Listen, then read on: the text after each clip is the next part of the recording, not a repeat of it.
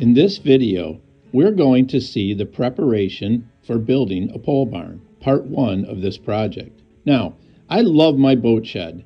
It's a great place to work on boats. Unfortunately, it also has to serve as a storage area as well. This means a lot of moving boats around, in and out of the shed, and having to cover them with tarps in between. A lot of time is wasted before work begins. This drone shot shows the boat shed area in August of 2023, before the container was brought in, but the site has been prepped. The container is now here, put in place in September of 2023. The container has allowed me to organize my tools and supplies, which was a big step in the right direction. The goal now is to find more time to work on boats. Creating a designated workspace will help do that, but that means storage, and a lot of it. The pole barn is going to create that storage, leaving the boat shed to work in. To get the project going, I brought in Bill McQueen. Bill doesn't mess around, as you will see. Let's watch him at work.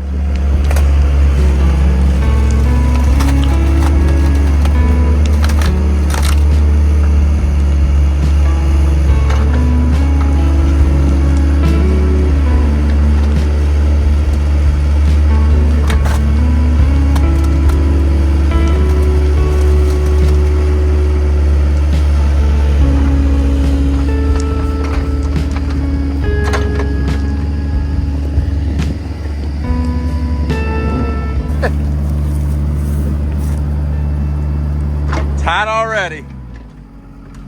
Nicely done, Bill. I couldn't throw it away.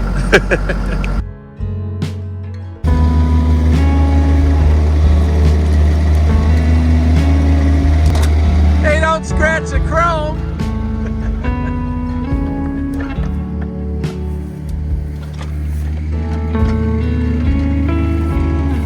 Might as well save that.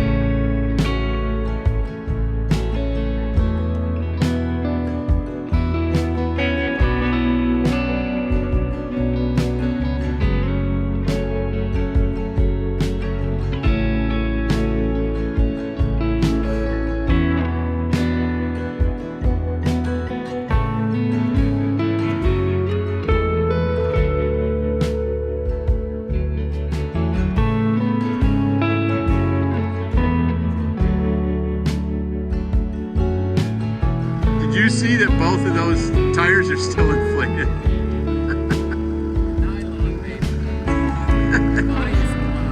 I don't think Tease is going to want to stay in there.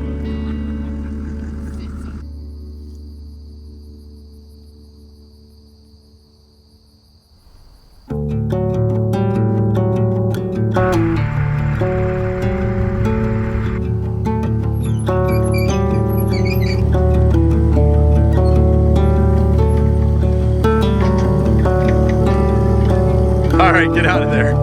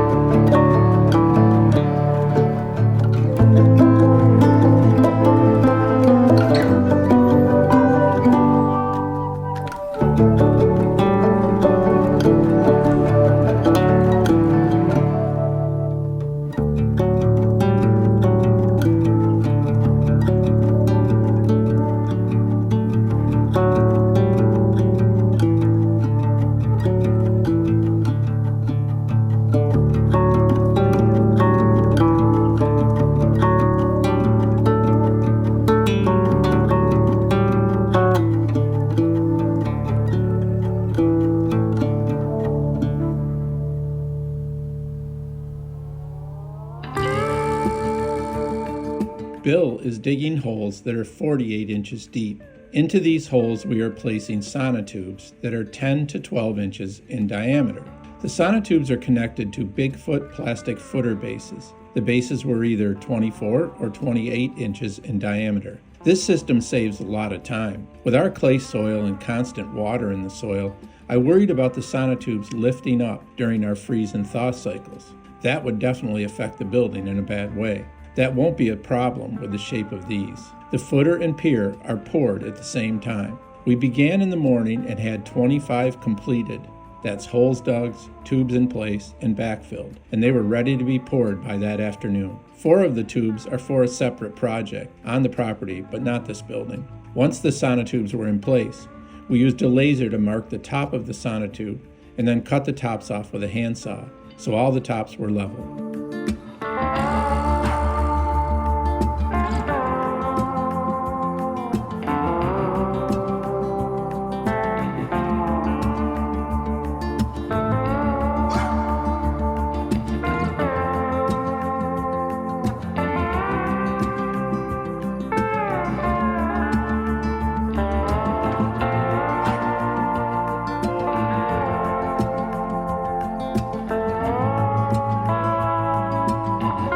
The next day we waited for concrete, and waited and waited.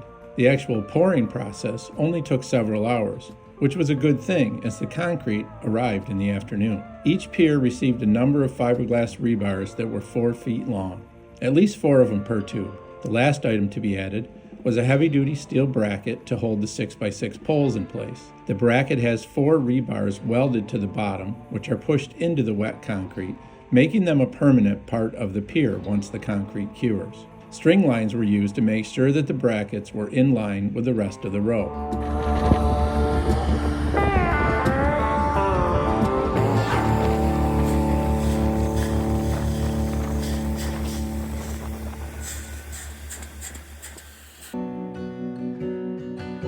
Now, Bill isn't the only one who can move some dirt and stone around, so I did a bit myself with the tractor, because I wasn't sure when Bill would get a chance to come back. I wanted to leave the stone area nice and smooth to make the construction process easier, no matter what the weather is at the time when they build.